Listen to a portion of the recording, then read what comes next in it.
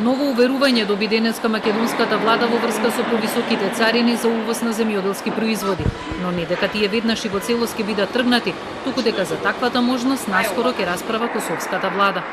Иако министерот Крешник Бектеши на средбата со министерот за трговија Бајрам Хасани во Приштина тргна со уверување дека ќе успее да го предомисли Косово и во духот на досегашната одлична меѓународна соработка и цевта договорот да ја повлече мерката за 30% поголеми царини за увоз на македонско овошје и зеленчук, доби само ново одлагање на можното решение.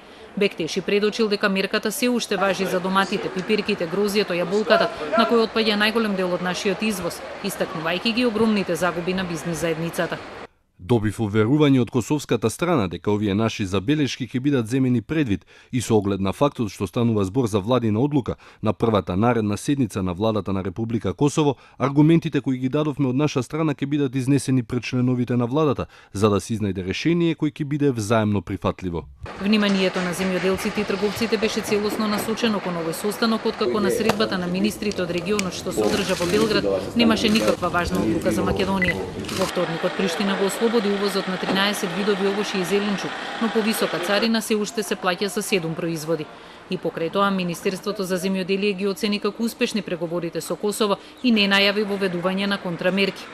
Федерацијата на фармери реагираше дека државата се однесува како да изненадил првиот снег. Справувањето со ваквата извозна криза според нив ќе биде успешна само ако се воведат реципрочни мерки кон Приштина. Македонија не увезува земјоделски производи од Косово, а во првото полугодие од годинава направен извоз на земјоделски производи од 2,5 милиони евра. Од 18 јули, кога стапи на сила така наречената заштитна мерка, според пресметките на стопанствениците направени се загуби од 3 милиони евра. Денеска преку граничниот премин Блаце поминале 3 камиони натоварени со овошје и зеленчук.